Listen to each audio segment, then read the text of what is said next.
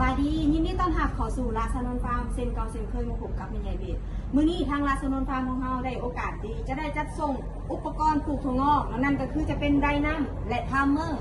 ก่อนการจัดส่งทุกเทื่อเราก็จะมีการรีวิวให้พี่น้องเบิ่งซึ่งไดนัมและทามเมอร์มื้อนี้พร้อมด้วย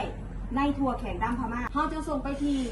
วัดหลวงเมืองละมานแขวงเซกองนั่นเองพี่น้องซึ่งจะเป็นจังไดนั่นมาเบิ่งกันเลยนี่ไดนัมและทามเมอร์ของเราไม่เห็นเรียกปกติเด้อพี่น้องเด้อหากพี่น้องทางบ้านเนาะต้องการเปลี่ยนการปลูกถั่วงอกแบบเก่าๆอยากมาเปลี่ยนการปลูกถั่วงอกให้เป็นระบบน้ำวนแบบนี้จะสามารถปรึกษาทางลาซานนฟาร์มหรือนี่พี่น้องเห็นคลิปนี้อยากได้ตั้งแต่ได้หรือว่าทามเมอร์เรากับจัดส่งให้พี่น้องเช่นเดียวกันหวังว่าอุปกรณ์ของเราเนาะจะสร้างประโยชน์ให้พี่น้องบ่หลายก็น้อยหรือพี่น้องทางบ้านมีญาติพี่น้องที่ต้องการอยากปลูกถั่วงอกหากประสบการณ์บ่เคยมีข้อมูลเกี่ยวกับการปลูกถั่วงอกก็สามารถปรึกษาทางลาซานนฟาร์มเขาจะดูแลตลอดอายุการปลูกถั่วงอกของพี่น้องหรือตลอดอายุการใช้อุปกรณ์ของเราเลยสำหรับมื้อนี้เมย์เด็กจะขอตัวไปจัดส่ง